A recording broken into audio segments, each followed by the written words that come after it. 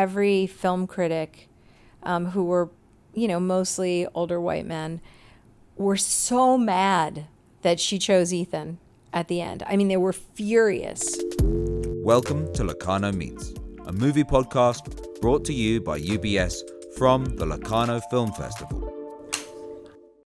Stacey Sher is a powerhouse Hollywood producer who helped define the indie boom of the 90s.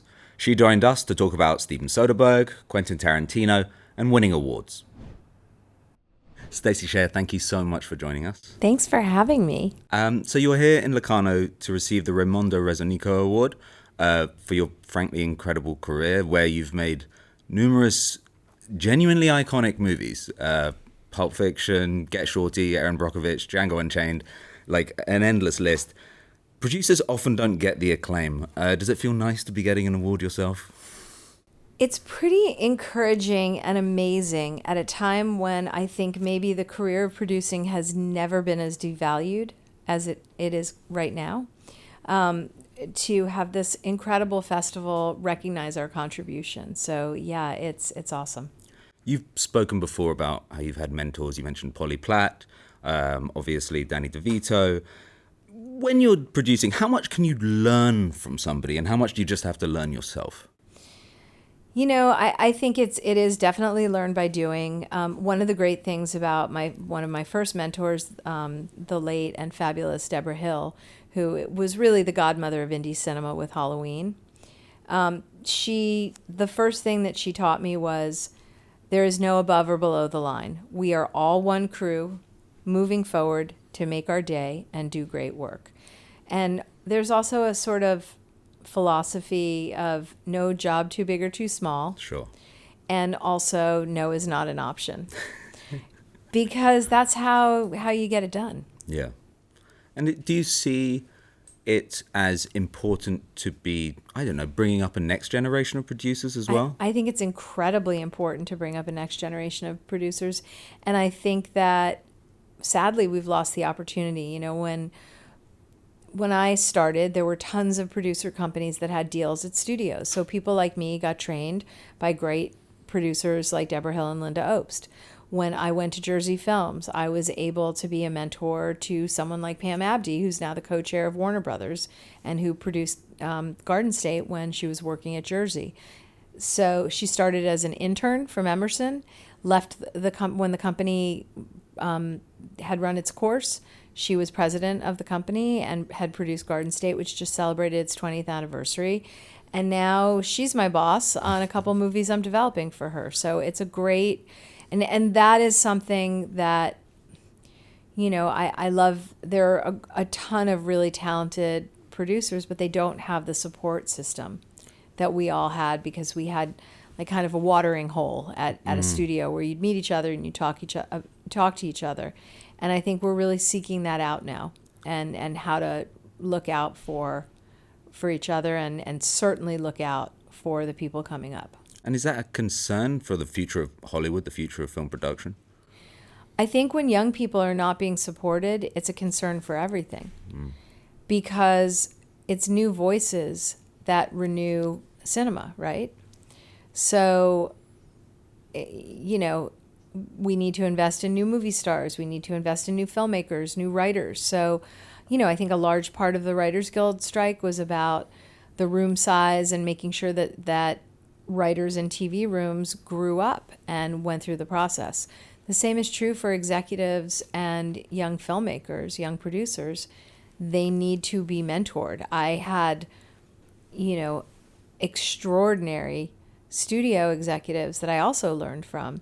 Now a producer, but the great Lindsay Duran, I remember there are things that I still quote in development that she used to say. She used to say, "It is good to intrigue the audience, but not confuse them."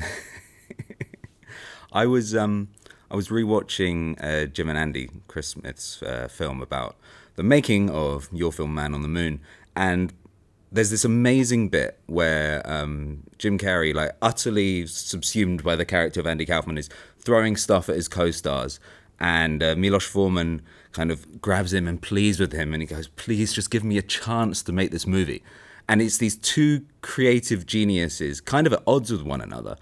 And I wondered, as a producer in that situation, is it your job to come in and calm it down, or just to let them cook? I don't think I will ever have an experience like Man on the Moon, and it was magical. And I have to say, Chris Smith made a great documentary, but he made a great documentary with footage that was shot by Lynn Margulies, Andy Kaufman's real-life girlfriend, who made My Breakfast with Blassie, and who was on the set with us. And Jim hired her, and Jim gave her total access.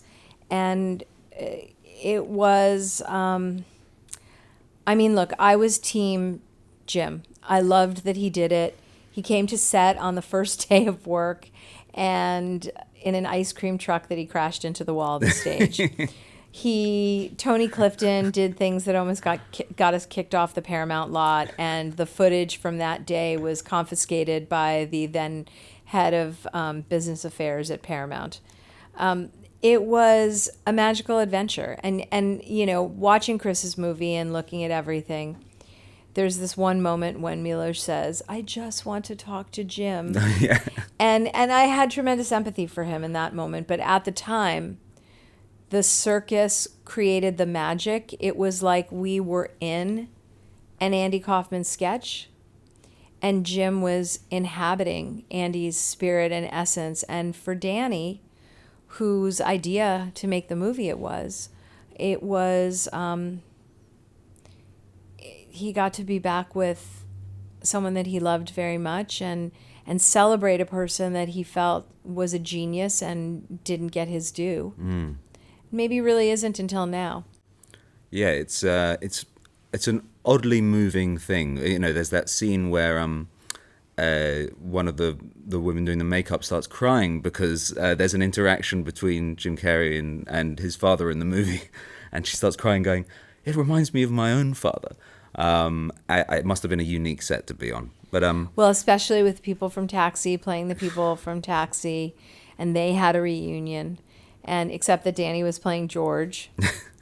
And, it went on, and, I love the real Bob Zmuda. It was surreal, the day that we shot at Letterman, Jerry Lawler and Andy got into it again, and Andy started throwing eggs from the makeup room down to where Jerry Lawler was standing. And so by the time they got into the fight, they really got into the fight. But clearly they were both in on it. So it was, sorry to go on and on about this movie, but there was one very specific, Jim and I had known each other for a while before we made the film. And we were now done with the movie. We were at a giant press conference. I think it was for the HFPA. And Jim was sitting at the table, and Tony Clifton comes in, drunk, and it's Bob Zmuda. Yeah. And he urinates in a corner, and Jim loses his temper and says, "The movie is done, Bob. This is ridiculous. I can't work under these conditions. You've got to let it go, man." And he gets up and he storms off. And everybody in marketing turns to me and says, "Stacey, you have to go upstairs and talk to them. And, you're closest with Jim. You've got to go upstairs." So I go up to Jim's hotel room, like the holding room that he was in for the press junket. And I'm like, "Look, they've taken Bob out. He's not allowed to come to the premiere. It's not going to be a problem anymore. I'm sorry you had to go through that. It was unprofessional." And as I'm doing it, I realize that the two of them were totally in on it. And I looked at him, and I won't curse, but what I said was the F word. And I said, "You've turned me into George. I'm George. You're Andy, Bob is Bob, and you guys have just done it again." And his eyes started to twinkle, and that it was fabulous. It was magic, and I feel for Milos, and but I'm so proud of the film. It's a great movie. What does a filmmaker do to get your attention? I don't mean that in a practical sense, but what is it about watching somebody's work that makes you think, this is a human being that I want to work with? I think that there's often an imperceptible magic thing that happens that's alchemical, a cross between storytelling, performance, someone knowing where to put the camera. I'll share a story that Steven Soderbergh always says. Oh, please don't tell that story. But we were talking about The Social Network while we were making Contagion. And, it's a staggering work. And we both have known David for a long time, and they're very close friends. And I've known him since my first month of working. And Steven said this thing to me, which was never underestimate the impact on an audience of a series of aesthetically pleasing images. And that's a whole other level. Now, I pretended I knew what he meant, and I didn't. So we were shooting a scene in Contagion where Kate Winslet is going with the local public health people, and they're walking down into the convention center, down the stairs, and crossing over where they're going to set up the triage center. And it was a crane shot on a dolly. And I turned to our focus puller, who is now a phenomenal cinematographer, Steve Meisler. And I said, why does take 4 feel so much better than take 5? And he said, because at the exact same moment that they moved down the stairs, the camera boomed down. And as they crossed, the dolly hit it exactly at the same time. And all of a sudden, I understood what he meant. So whether it's where to put the camera to tell the story, that you have a point of view, how you direct the actors, what you have to say, they all magically work together, This year is the 30th anniversary of Pulp Fiction. I know. Which is crazy for all of us. Especially for me, and Reality Bites. Yes, exactly. A big year. When Pulp came out, what can you remember about that time? Because it's one of the few films that I think arrived with its position in history almost guaranteed instantaneously. Everybody was in agreement about it. I was at school, and we were hardly cinephiles, but it was all agreed that this was, when we saw it, going to be our favorite ever film. And what does it feel like to be on a wave like that? I think there's a great quote in the introduction to the collection of the Cahiers de Cinema book that Truffaut wrote, called The Films in My Life. And he says, when the fascination of the filmmaker and the fascination of the public intersect, magic happens, and that's zeitgeist, and it's lightning in a bottle. Do you think there was something specifically 90s about that film, and maybe Reality Bites as well, with the idea of something that felt underground also being the mainstream? It feels a bit like Nirvana or Pavement or something. Well, I mean, look, we were very young, and we were very certain about what we were certain. I always joke about the Lisa Loeb song at the end of Reality Bites. The deal was, if that was going to become the second end title, then Ethan was going to direct the video. And Ethan was going to direct the video all in one shot, because Ethan knew exactly how, and he did, and we were right. But, there are certain things that we would do with, like, the contempt of youth, things that I probably would never say. They didn't want to use the Peter Frampton version of Baby I Love Your Way on the soundtrack album, though it's one of my favorite songs. And I made some joke, and I said something like, why don't you do a reggae version of it? And it was a joke, and I was being snarky, and they did, and it became a #1 hit for a band called Big Mountain. So, that goes to show you that I didn't know anything when I was like being a snarky little, 29 or 30-year-old at the time. So, but that's the best, isn't it? Yeah, that sense of immortality. So I think, look, I was the oldest person on that movie, and I had just turned 30. So, and Ben, we had seen the Ben Stiller show. We really believed in him as a filmmaker. Weirdly, the hardest thing in getting that movie made was convincing people that Ben should play the third lead. And Ben really transformed the movie in his work with Helen, because it was originally Michael, his character, was a 30-something. He was more of a yuppie. And he said, no, there could be people that are our generation that are just going in a different direction. And I think at the time, we thought he was a throwback to like Michael J. Fox and that kind of like,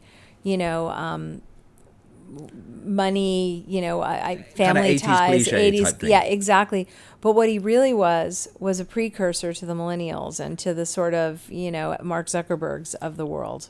Well, that's what's really good about that film is that it operates in between the lines of, in the grey zones where actual human beings really live. They're very real performances, very really well realized characters. Thank you. I mean, I think it's interesting because every film critic who were, mostly older white men were so mad that she chose Ethan at the end. I mean, they were furious that she chose Ethan. Well, older white men get angry. I am, Reality Bites, Pulp, they're kind of films that in a way defined a generation. But it kind of strikes me that almost accidentally, Contagion was also the same thing. When kind of COVID came around, did you have the jump on it? Were you the first person going, no, wash your hands, wash your hands? I mean, look, I've been wiping down my seats on airplanes since,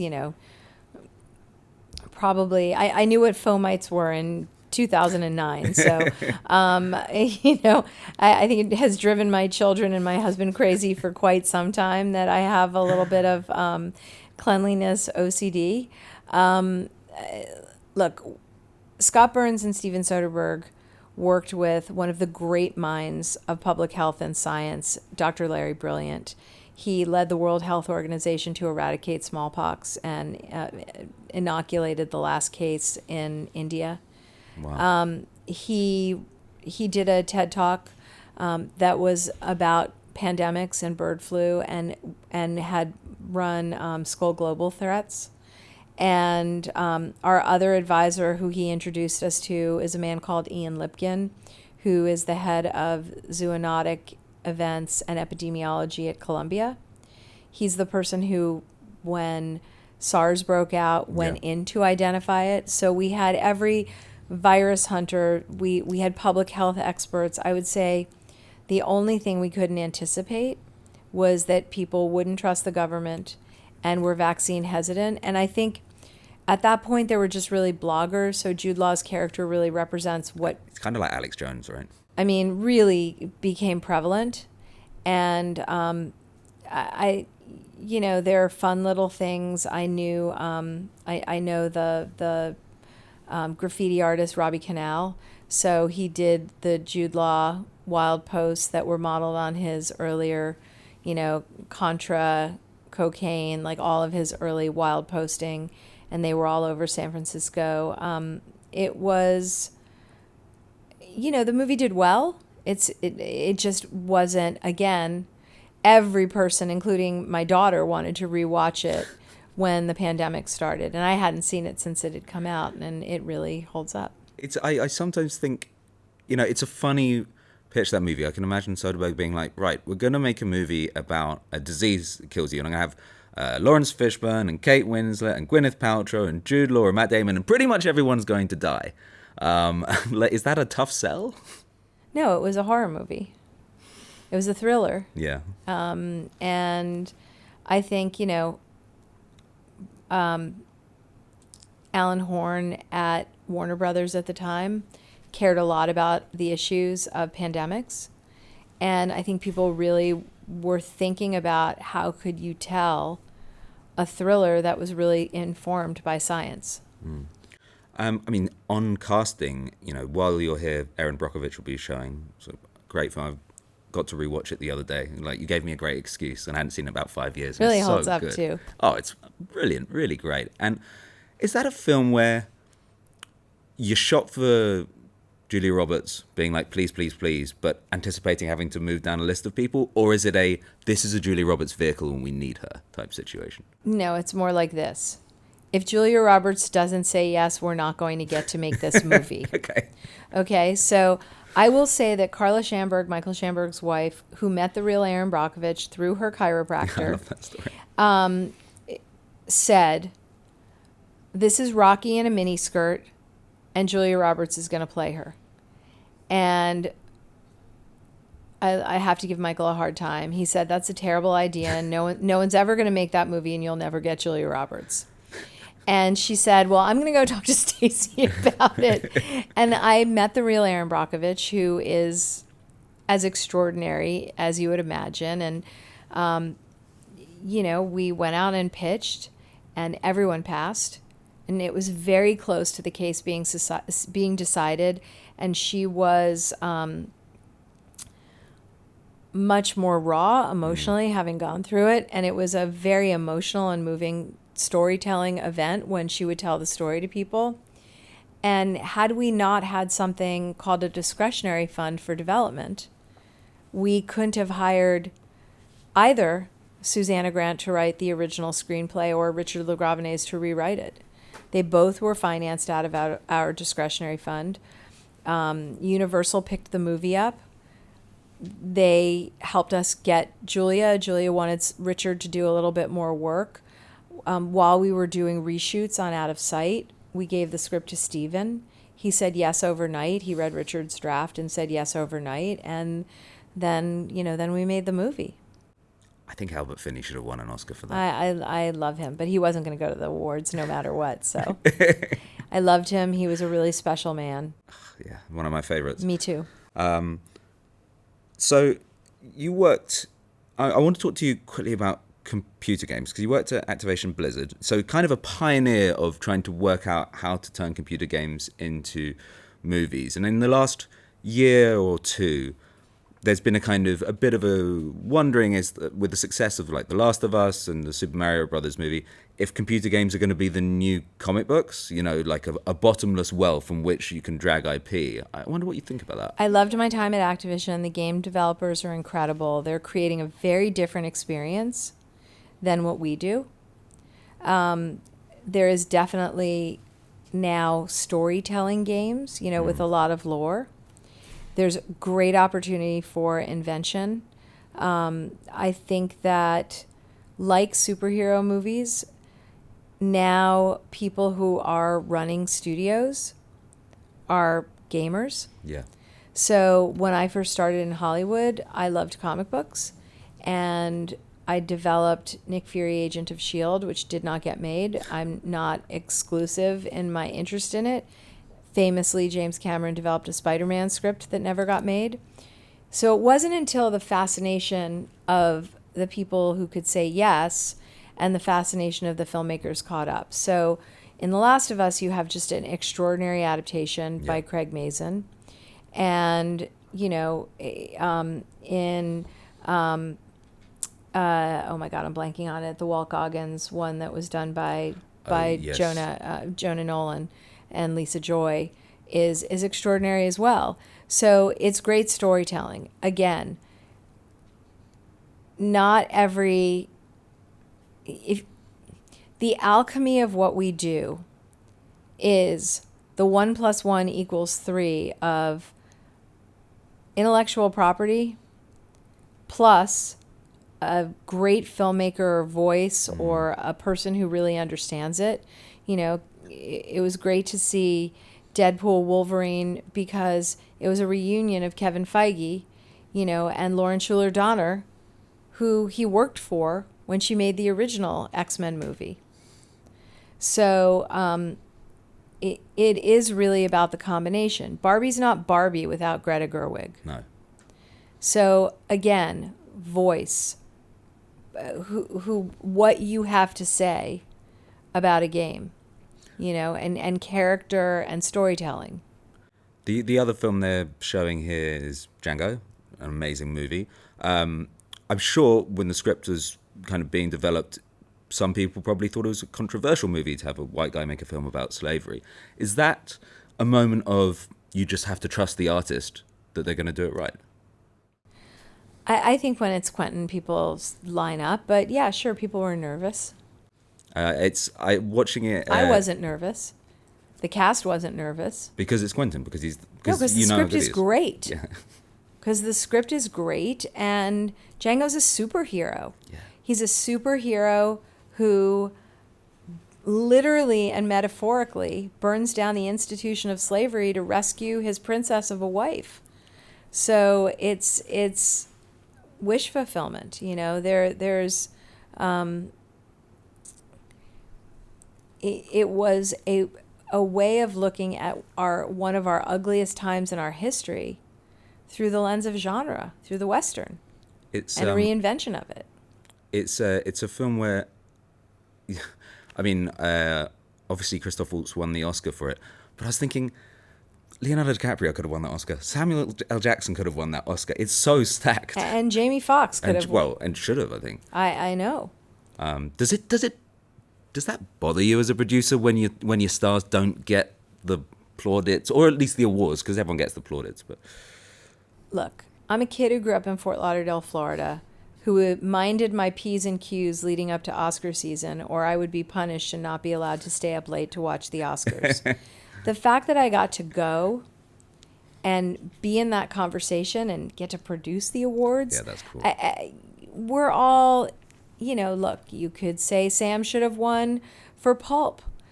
I mean, obviously he should have. And you can talk about all kinds of things, but, aside from those of us who still think about it, I don't think anybody remembers that Pulp Fiction lost to Forrest Gump, or that in Best Picture, or that, Steven was nominated for Best Director for both Traffic and Erin Brockovich, which, in that wild. year. I think, the old, it's pretty rare air.